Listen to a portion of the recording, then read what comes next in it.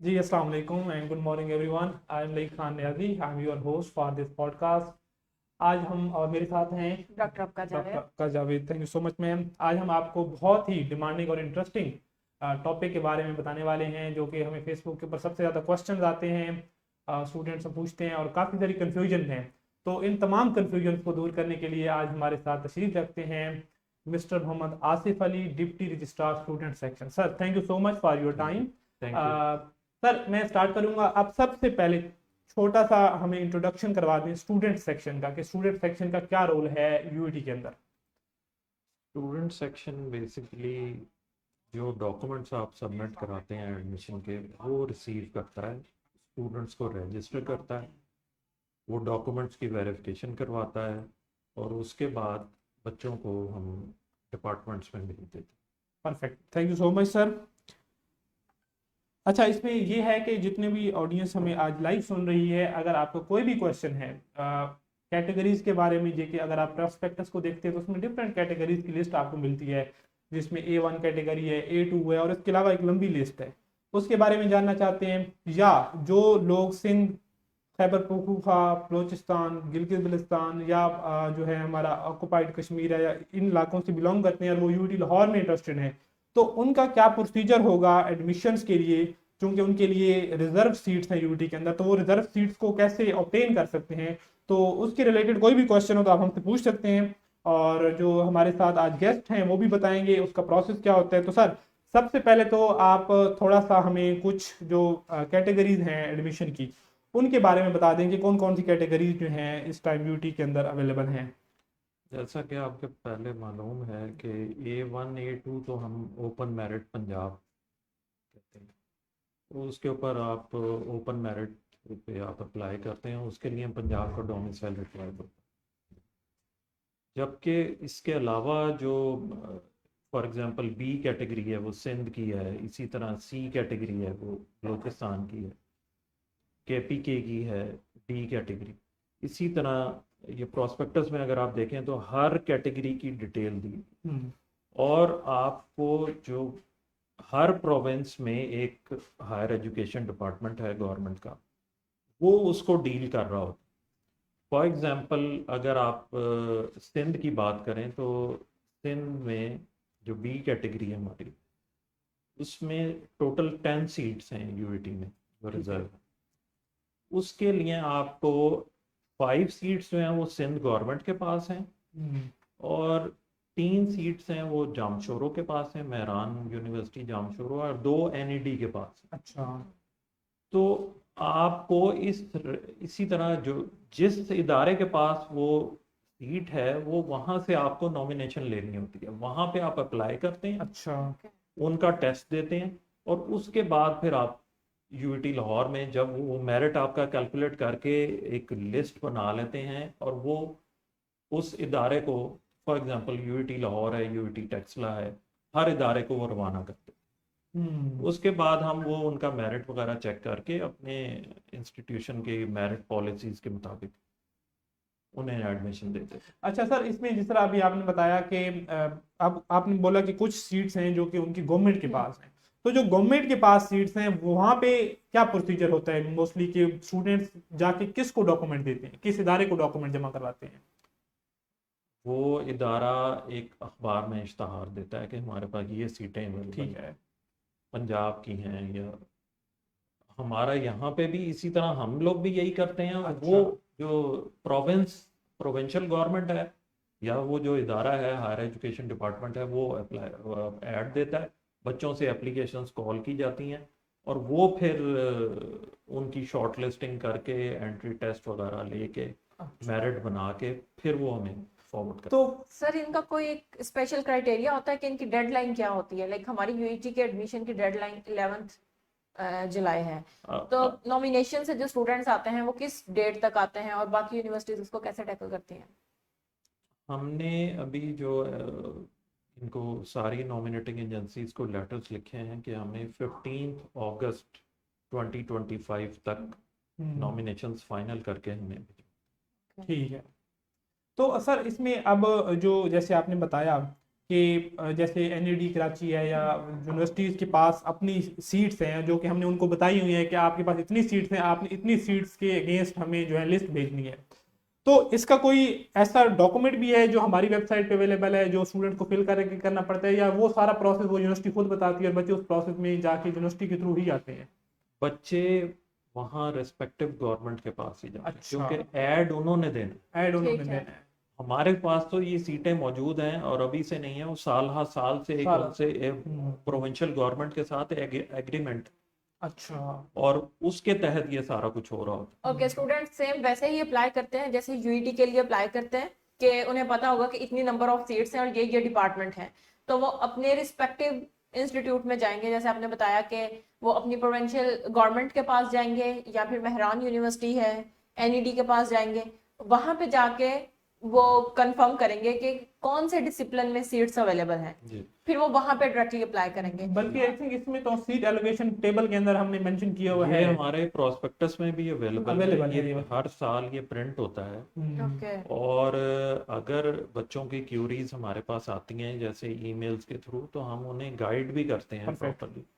मेरे पास अभी काफ़ी ईमेल्स आ रही हैं और मैंने उनको बता दिया कि आपने वहाँ पे रब्ता करना है और वहाँ से आपने नॉमिनेशन लेके आना।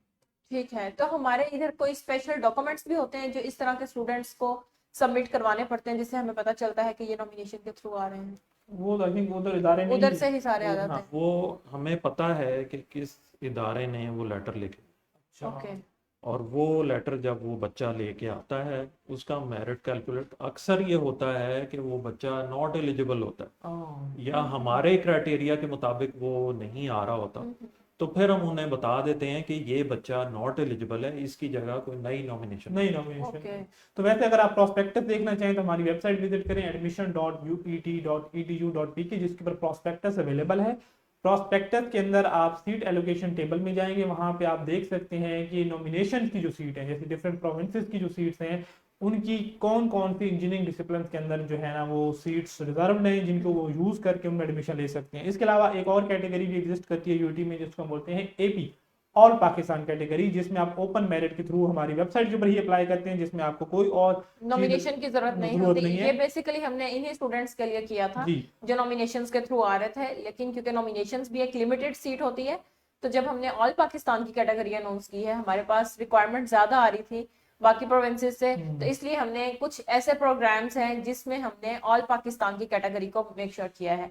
तो आपने अगर ऑल पाकिस्तान की कैटेगरी को अवेल करना है तो आप पहले चेक करें कि ऑल पाकिस्तान की कैटेगरी में कौन कौन से डिसिप्लिन आ रहे हैं, आप उनमें अप्लाई कर सकते हैं। ठीक ठीक है सर, अब चलते हैं नेक्स्ट जो प्रोविंस, जैसे अभी आपने सिंध के बारे में बता दिया, इसी तरह केपी की, अब उसके अंदर अगर आप थोड़ा सा गाइड इसी तरह गाइड कर दें कि गवर्नमेंट के पास है या उधर किसी इदारे के पास भी सीट्स हैं, तो वो कौन कौन से हैं? केपीके का भी ऐसे ही है। वहाँ जैसे अगर सिंध में आप देखें तो यूनिवर्सिटी है, तो यहाँ पे यूईटी पेशावर है अच्छा, जो इनका एंट्री टेस्ट कंडक्ट करती है, उसको ईटा टेस्ट कहते हैं केपीके में। और ये सारी नॉमिनेशन जो हैं वो higher education department government of KPK Peshawar, ठीक है, वहाँ से नॉमिनेशन। नॉमिनेशन, ठीक, यानी कि वहां से यूटी पेशावर हमें नॉमिनेशन नहीं भेजती, बल्कि वो भेजती केपीके की गवर्नमेंट ही है, लेकिन वो टेस्ट जो है ना वो यूटी पेशावर का देते शावर हैं। का देते हैं, दैट्स उन्हें वंडरफुल। ई कैट नहीं देना पड़ता, बल्कि वो अपने उसी डिस्ट्रिक्ट का देते तो बलूचिस्तान का सर क्या है? बलूचिस्तान का डायरेक्टर कॉलेजेस है वहाँ ठीक है, पे, और वो भी गवर्नमेंट के अंडर ही काम कर रहा है, उनके गवर्नमेंट ऑफ बलूचिस्तान के अंदर। और वो भी इसी तरह ही वो अपना ऐड देते हैं, बच्चों से एप्लीकेशंस लेते हैं, उसका मेरिट बनता है, एंट्री टेस्ट होता है, और उसके बाद वो एनटीएस एनटीएस के थ्रू आते हैं। ठीक है जी, जो लोग बलूचिस्तान से हैं और वो यूटी लाहौर के अंदर इंटरेस्टेड हैं, तो उनका प्रोसीजर हमने आपको बताया कि आपका वहाँ पे डायरेक्टर कॉलेजेस और इसी तरह एक अखबार के अंदर इश्तिहार आता है, जिसको आप फॉलो करते हैं, अपने डॉक्यूमेंट्स अपनी लोकल गवर्नमेंट के अंदर सबमिट करवाते हैं, और उसके लिए एनटीएस टेस्ट की रिक्वायरमेंट होती है, आप वो देते हैं, और फिर आपकी जो गवर्नमेंट बॉडी है वो यूटी को नॉमिनेशंस की, यानी कि जो सिलेक्टेड कैंडिडेट्स होते हैं उनकी लिस्ट आती है हमारे पास, और फिर वो हमारे एडमिशन प्रोसेस के अंदर स्टूडेंट्स आ जाते हैं। लेकिन एक इम्पॉर्टेंट पॉइंट मैं आपको बता दूं कि उस बच्चे को हमारा क्राइटेरिया भी फॉलो करना। फॉर एग्जांपल जैसे पीईसी की रिक्वायरमेंट है कि 60% एफएससी के मार्क्स हों, तो अक्सर ऐसे बच्चे भी अप्लाई कर देते हैं जो बिलो 60% होते हैं, तो वो फिर हमारे इंजीनियरिंग के डिसिप्लिन में नहीं जा सकते, वो फिर नॉन इंजीनियरिंग वाली साइड पे जाए, अच्छा तो वो फिर वो बच्चा हमारे पास जो है वो नॉट एलिजिबल होता जी, इसके लिए बड़ा ज़रूरी है कि you have to follow the eligibility requirements, जिसमें जैसे सर ने बताया कि पीसी की रिक्वायरमेंट है कि you must score 60% marks in your intermediate, तो वो ज़रूरी है, अदरवाइज फिर आपको इंजीनियरिंग के अंदर आप अपनी शायद वो सीट सिक्योर नहीं कर सकते। अगर इनकी नॉमिनेशन आ भी जाती है इनके रिस्पेक्टिव गवर्नमेंट से, तो इन वो जो नॉमिनेशन का कैंडिडेट है वो कंपलसरी नहीं है कि अगर है, उन्होंने वो नॉमिनेशन admission भेज मिल दी है जाएगा। तो वो उसको एडमिशन हमारा जो मिलेगा।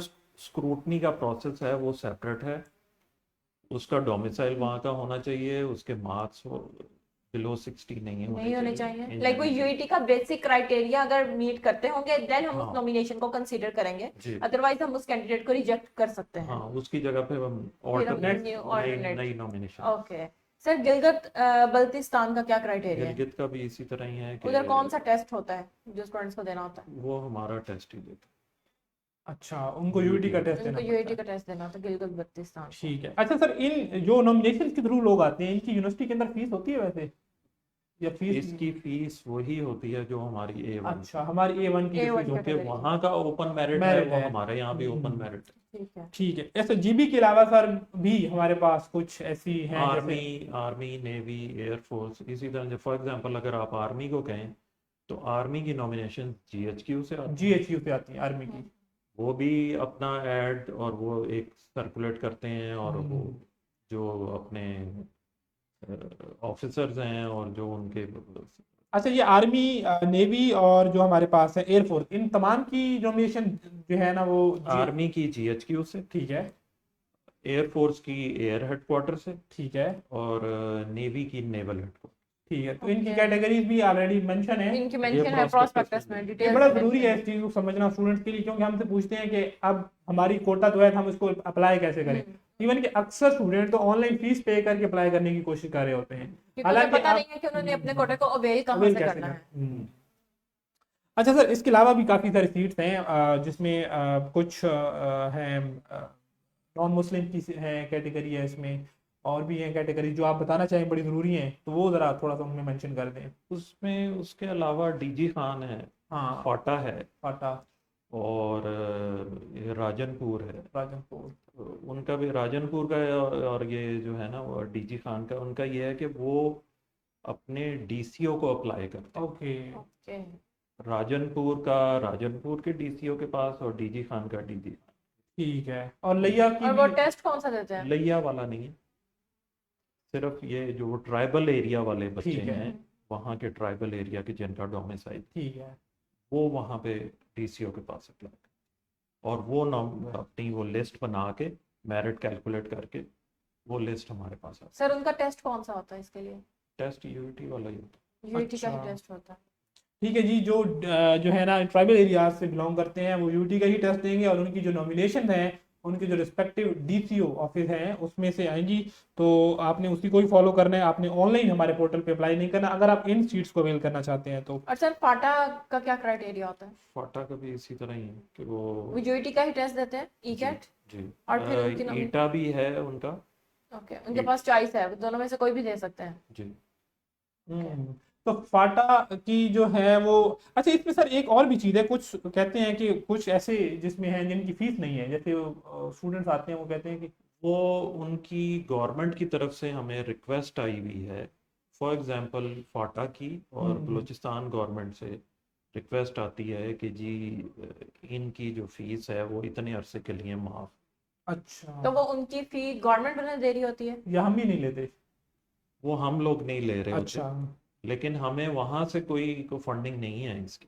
ओके, तो लाइक हम उन्हें कुछ वो एक incentive scholarship type offer agreement कर रहे है, हैं। एक म्यूचुअल एग्रीमेंट है उनके साथ, लेकिन जो हमारे बच्चे वहां जाते हैं ये नहीं होता कि वो उनकी हाँ ठीक वो है। क्योंकि आपको पता है दूर दराज इलाके हैं, वहाँ पे तालीम की सहूलतें नहीं है, तो इस वजह से वो उन लोगों को फैसिलिटेट किया हमने गया। फैसिलिटेट करने के लिए नहीं ले रहे, अदरवाइज ये कोई स्कॉलरशिप नहीं है। ये पूरे पाकिस्तान में हर यूनिवर्सिटी में इसी तरह ही स्पेसिफिक सीट्स हैं या जितनी भी ये नॉमिनेशंस जो आएंगी कोटा सीट्स सबके लिए हम फीस नहीं लेते, या उनमें भी कोई स्पेशल सीट? बलूचिस्तान की तो टोटल फी माफ है, ओके और फाटा की ट्यूशन और हॉस्टल है। ओके। ये तो बड़ी अच्छी अपॉर्चुनिटी है बलूचिस्तान और फाटा के स्टूडेंट्स के लिए कि अगर आप नॉमिनेशंस के थ्रू हमारी यूनिवर्सिटी में हमें ज्वाइन करते हैं तो आपकी जो फीस है वो आपसे नहीं ली जाएगी, फ्री इन एजुकेशन फ्री मिलेगी एजुकेशन जी आपको जी। मिलेगी। So that is wonderful. अच्छा सर, इसमें अक्सर जो स्टूडेंट्स हैं ना, जैसे कि एक और भी चीज़ सब हमने किया है कि सीट्स जो है ना हमारे पास अ, जो ऑल पाकिस्तान कैटेगरी है, ठीक है, इसमें भी हम स्टूडेंट्स ले रहे हैं। तो क्या एट ए टाइम कोई बंदा दोनों प्रोसेस पे भी जा सकता है, यानी कि वो ऑनलाइन अप्लाई भी कर दे और वो नॉमिनेशन के थ्रू भी आ जाए? लेकिन उसे फिर एक वक्त में एक एक ही मिलेगी अपॉर्चुनिटी। ये नहीं होगा कि आप दोनों जगह पे आ जाएं, तो वो तो नहीं हाँ वैसे पॉसिबल। इसमें ये साइमल्टेनियस एडमिशन तो अलाउड नहीं हाँ, होता। लेकिन हम उनको शायद ये सजेस्ट कर सकते हैं कि ऑल पाकिस्तान की जो कैटेगरी है उसमें तमाम डिसिप्लिन नहीं है, लिमिटेड है। लिमिटेड और है। अगर आप देख रहे हैं आप कोई ऐसे प्रोग्राम को टारगेट कर रहे हैं जो कि ऑल पाकिस्तान में नहीं आ रहा, तो फिर और वो जो है नॉमिनेशन कैटेगरी उसमें सीट्स हैं, तो आई थिंक आपको फिर वो नॉमिनेशन के प्रोसेस कोई अगर फॉर एग्जांपल वो दोनों पे आ जाता है, हम्म। दोनों में सिलेक्ट हो जाता है, तो उसे एक वक्त में एक एक ही चांस स्टूडेंट के पास चॉइस ज्यादा हो गई है कि अब स्टूडेंट सिलेक्ट खुद से कर सकता है कि उसने कौन सी कैटेगरी में जाना है। कैटेगरी में जाना है। ठीक है जी। जितने भी लोग देख रहे हैं आज हम आपको बता रहे हैं डिफरेंट एडमिशंस कैटेगरी के बारे में, जिसमें हम A1 कैटेगरी, A2 कैटेगरी, और सबसे बढ़ के जो इम्पोर्टेंट चीज़ है नॉमिनेशन की जो हमारी सीट्स हैं, जैसे कि सिंध, KPK, बलूचिस्तान, गिलगित बल्तिस्तान, और इस तरह की जो स्पेशल हमारे पास कोटा सीट्स हैं, उनको आपने कैसे अवेल करना है, वो नॉमिनेशंस कैसे और कहाँ से आती हैं, उसके बारे में आपको बताया जा रहा है। तो अगर आपको कोई भी क्वेश्चन है तो आप पूछ सकते हैं। और ये बड़ी डिमांडिंग पॉडकास्ट थी, स्पेशल अरेंज की गई स्टूडेंट्स के लिए, क्योंकि हमें काफ़ी ज़्यादा मैसेंजर के अंदर मैसेजेस आ रहे हैं और स्टूडेंट को समझ नहीं आ रही कि वो नॉमिनेशन के प्रोसेस को अवेल कैसे अवेल करें। कैसे करें, और उन्होंने कहाँ पे जाकर डॉक्यूमेंट सबमिट सबमिट करवाने, करवाने। इधर वो यूईटी के पास आएंगे या फिर वो अपनी गवर्नमेंट के पास जाएंगे। अच्छा सर, यूटी अलुमनाई सीट्स का क्या प्रोसीजर है? वो भी एक आई थिंक हमारे पास एक कैटेगरी है, उसमें भी कोई डिस्काउंट वगैरह इस तरह की कोई चीज़ है, या सिर्फ उसका भी रिजर्व सीट्स है कुछ नंबर तक? जो एम्प्लॉयज़ की हमारी कैटेगरी होती है उस पे तो फ़ी डिस्काउंटेड होती है, लेकिन जो एलमनाई है वो तो उस पे तो जो नॉर्मल फ़ी है A1 की वही चार्ज की जाती अच्छा, तो उसकी ओके। उसकी कैटेगरी तो अलग है हमारे पास। है, वो कैटेगरी। ओ कैटेगरी category है, तो उसमें भी कोई स्पेसिफिक सीट्स होती हैं, तो उसका कोई फायदा होता है स्टूडेंट्स को? कुछ वो प्रोग्राम्स तो ऐसे हैं वो जिनमें है। हमें नॉमिनेशंस नहीं आती, वो तो ओपन पे ही वो अप्लाई करते हैं, अच्छा, ओपन पे ही Okay. अप्लाई करते उसकी हैं। नॉमिनेशन नहीं होती। ठीक है, और और हम हमारे अपने एंड पे वेरिफिकेशन करते हैं कि ये वो फादर या मदर कोई अगर वो इंजीनियर सन डॉटर हैं तो वो अप्लाई करते हैं, उस उनकी डिग्री हम वेरीफाई कराते अच्छा। ओके सर, इंजीनियर सन की एक अलग से है और एलुमनाई की अलग से है, हैं। जी जी, दो अलग ये कैटेगरीज ये है हमारे अलग अलग पास। और इनकी सीट भी जो है वो कोई रिजर्व है या ओपन मेरिट पे आते हैं? ओपन भी है। ओपन पे। ठीक है जी। अगर आप जूनियर सन हैं या आप अलुमनाई सीट्स को अवेल करना चाहते हैं, तो ऑफकोर्स जो हमारी फंडामेंटल रिक्वायरमेंट्स हैं वो सेम रहेंगी, जैसे कि आपने ई कैट देना है, आपके बेसिक एलिजिबिलिटी क्राइटेरिया क्या है वो भी सेम रहेगा। सिर्फ इसके लिए आपको स्पेशल कुछ डॉक्यूमेंट्स हैं जो आपको वहां पे अपलोड करने होंगे, लाइक अगर आप एलुमनाई हैं तो आपने वहां पे प्रूफ देना है कि आप एलुमनाई हैं, एलुमनाई की कोटा सीट पे आ रहे हैं, तो आपके कोई फादर या मदर में से कोई भी यूईटी से उनकी डिग्री होनी चाहिए, तो उसका हमें प्रूफ चाहिए। अगर आप इंजीनियरिंग सन पे आ रहे हैं तो वो इंजीनियर की डिग्री होनी चाहिए, उसका हमें प्रूफ चाहिए, और वो पीईसी से रजिस्टर्ड होना चाहिए। अगर पीईसी से रजिस्टर्ड हैं, इंजीनियर्स हैं, तो देन हम उनको उस कोटे पे, इंजीनियर के कोटे पे वो अप्लाई कर अच्छा सकते सर, इसमें बड़ी इंपॉर्टेंट चीज अभी हमने डिस्कस की है, जैसे आपने कहा है कि वो ओपन मेरिट पे, ऑफ कोर्स वो ओपन मेरिट पे तो होते हैं, लेकिन आई थिंक उनकी जो कुछ नंबर ऑफ सीट्स तो रिजर्व होती होंगी ना, और उन सीट पे उनको ओपन मेरिट बनता होगा। हैं। Yes.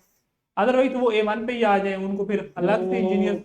एडमिशन कमेटी फिर डिसाइड करती है उसके ऊपर कि जी वो क्या उसकी सीट एलोकेशन है। ठीक है। जी, लाइक ये हमारी इवन प्रोस्पेक्टस में गिवन है चार्ट में कि हमारे पास हर एक कैटेगरी के अगेंस्ट हर डिसिप्लिन में कुछ नंबर ऑफ सीट्स हैं, कुछ डिसिप्लिन ऐसे हैं जिनमें नहीं भी है, तो कुछ ऐसे प्रोग्राम्स हैं जिसमें हमने अलुमनाई सीट्स ऑफर की हैं, और कुछ में हमने इंजीनियर्स की सीट्स जो है वो रिजर्व की हुई हैं। तो कैंडिडेट के पास चॉइस है कि वो A1 कैटेगरी पे भी अप्लाई कर सकता है और इन सीट्स पे भी अप्लाई कर सकता है, अगर उनके फादर या मदर में से कोई अलुमनाई है या वो इंजीनियर है।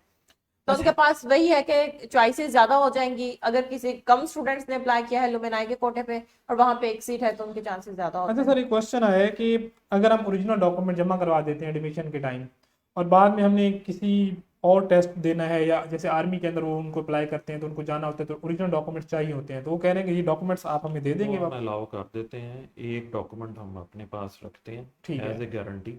ठीक है। क्योंकि बच्चे ये करते हैं कि एक वक्त में दो दो तीन तीन जगह पे वो कर एडमिशंस देते हैं, के तो करवा वो लेते हैं। फिर हम हमारी सीट वो वेस्ट होती है। उस हम्म, नुकसान को बचाने के लिए हम अपने पास एक एक डॉक्यूमेंट रखते ओके, हैं। लाइक कोई एक ओरिजिनल डॉक्यूमेंट हमें चाहिए होता है, वो हम अपने पास रखते हैं, बाकी अगर उन्हें चाहिए डॉक्यूमेंट तो हम उनको वो प्रोवाइड टेस्ट कर दे देते के हैं, वो एक हफ्ते के बाद हमें वापस कर वापस कर सकते हैं। ऑलराइट।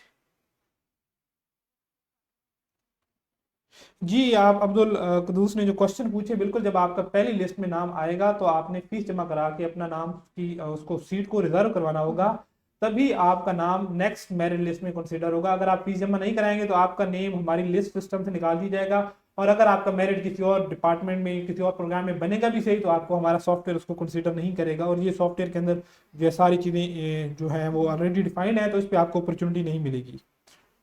और एक कमेंट आया हुआ है ऑर्फन स्कॉलरशिप से रिलेटेड। ऑर्फन की बेस पे हम उन्हें स्कॉलरशिप अलाउ करते हैं। इवन हमारे जो ऑर्फन स्टूडेंट्स हैं उनकी फुल फी वेव ऑफ होती है। तो आपने डेथ सर्टिफिकेट दिखाना है अपने पेरेंट्स का, उसकी बेस पे आपकी फी वेव ऑफ हो जाएगी। और ये एडमिशन के बाद होता है, पहले आपको एडमिशन की कोई भी स्कॉलरशिप है वो पहले तो नहीं मिलता, हाँ, पे बाद में करनी मिलता है। होगी। पहली फीस आपको एटलीस्ट पे करनी होती है। जब कैंडिडेट होती है तो कैंडिडेट को स्कॉलरशिप नहीं मिलता, स्कॉलरशिप होता है स्टूडेंट्स का। जब आप पहली फीस देते हैं, आप कैंडिडेट से स्टूडेंट बनते हैं, then you are eligible for all the scholarship जो भी हमारी यूनिवर्सिटी आपको ऑफर यूनिवर्सिटी करती ऑफर है। कर okay, I think we have done with the question. तो अब हम इस पॉडकास्ट को जितना भी यूज करना चाहें हम कर सकते हैं। जो भी स्टूडेंट्स कंफ्यूज हैं सीट्स खासतौर पे नॉमिनेशन के बारे में, तो आई थिंक वो इस पॉडकास्ट को देखें तो उनका काफ़ी सारे डाउट्स क्लियर हो जाएंगे। और फिर भी अगर कोई प्रॉब्लम होती है तो आप जो है हमारे फेसबुक पे, लिंक्डइन पे और इंस्टाग्राम पे आप हमें कमेंट करें, हम ट्राई करेंगे कि आपको आंसर करें। और आप हमारी प्रॉस्पेक्टस क्लास में ये Yes. रीड आउट करें, उसमें सारी डिटेल क्लियरली मेंशन है हर कैटेगरी से रिलेटेड। आपको कौन कौन से डॉक्यूमेंट्स चाहिए, कौन कौन से डॉक्यूमेंट्स आपने सबमिट करवाने हैं, और जो नॉमिनेशन पे आपने आना है वो हमने अभी आपको क्लियर कर दिया है कि आपने कौन कौन से उसके लिए टेस्ट देने हैं, और आपने अपने रिस्पेक्टिव गवर्नमेंट के थ्रू नॉमिनेशन की हमारे पास लिस्ट आएगी। सो आपको यूनिवर्सिटी से डायरेक्ट कॉन्टेक्ट करने की जरूरत नहीं है। जी सर। जी सर। मैं एक चीज़ ऐड करना चाहूँगा कि इसके अलावा हमारे पास श्रीलंकन नेशनल्स और अफगान नेशनल्स की भी सीटें हैं। हम्म, और वो एचईसी की तरफ से, एचईसी अपना टेस्ट कंडक्ट करती है, बच्चों को शॉर्टलिस्ट करती है, और उसके बाद वो बच्चे हमारे पास आते अच्छा, हैं। ये श्रीलंका में कोलंबो में टेस्ट होता है, कोलंबो में।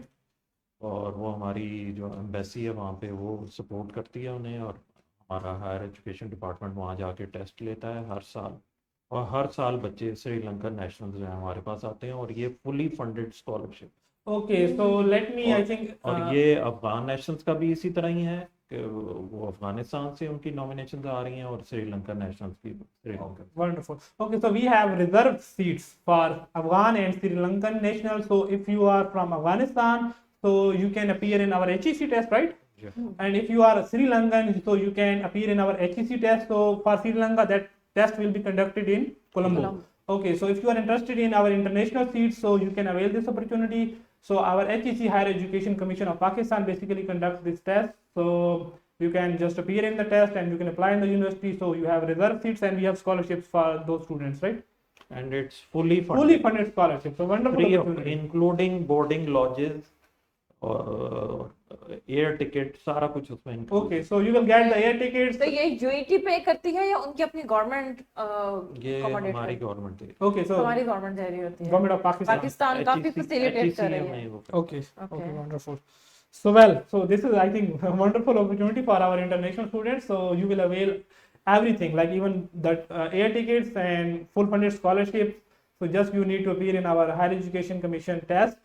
So I think that's a good news for our international student. But I think we have open seats for other international students. Like if someone is from अगर कोई सूडान से, सोमालिया से, बांग्लादेश से वो अप्लाई करते हैं तो वो हमारा इकोनॉमिक अफेयर डिवीजन इस्लामाबाद है, okay, उनके पास हमारी कुछ 72 रिजर्व सीट्स हैं, ओके और ये हर साल वो बच्चे अपनी एम्बेसी के थ्रू वहाँ पे अप्लाई करते हैं, और इकोनॉमिक अफेयर डिवीजन जो है वो हमें पैलेस्टाइन भी उसमें इंक्लूडेड है। okay so I think this detail is also mentioned in prospectus ये Okay. पूरा ये पूरा चार्ट चार्ट गिवन है पूरा प्रोस्पेक्टस। चार्ट गिवन है कि कौन कौन सी सीट कहाँ कहाँ है और किसके लिए कहाँ पे अप्लाई करना है, कौन सा डिपार्टमेंट। और कौन सी जी। पर्टिकुलर कैटेगरी है उसके लिए अप्लाई जी, करने की, सारी उससे आगे category सारी में। डिटेल्स गिवन है कि आपने उसके लिए कौन सा टेस्ट देना है। Okay, wonderful. So, if you are international student and you want to be a part of UT Lahore, so you can read the detail from our prospectus. We have a complete procedure for how you can apply, and even we have reserved seat for international student. And right now in UT Lahore, we have students from 15 plus countries in different departments. So I think we have a quite handsome Number of students number of that we students have. in UT. Yeah. So this is a good community even. So you can avail this opportunity, and I think you will get some kind of scholarships as well by the HEC and even maybe from your governments. Even in my department, we have a student from Zimbabwe, and he is getting 100% scholarship from his government. So that's wonderful. Admission के बाद migration हो जाती है, आप migration के लिए apply कर सकते हैं। प्रोस्पेक्टस में माइग्रेशन के रूल्स गिवन हैं, सो आप उनको देख लें, अगर आप वो क्राइटेरिया मीट करते हैं क्राइटेरिया तो देन आपकी माइग्रेशन हो जाती है। I think that's enough, we should conclude it. Okay, I think we have done with the questions, so we Yeah. should conclude this. But still, if you have any question, any doubt in your mind, so you can leave a comment on our Facebook page and LinkedIn and Instagram. or you can join us in our next broadcast. Okay, so see you today around 1 p.m. So thank you so much, sir. Thank you so much for your time Thank and you. your Thank you so much. information. So have a good day. Allah Hafiz.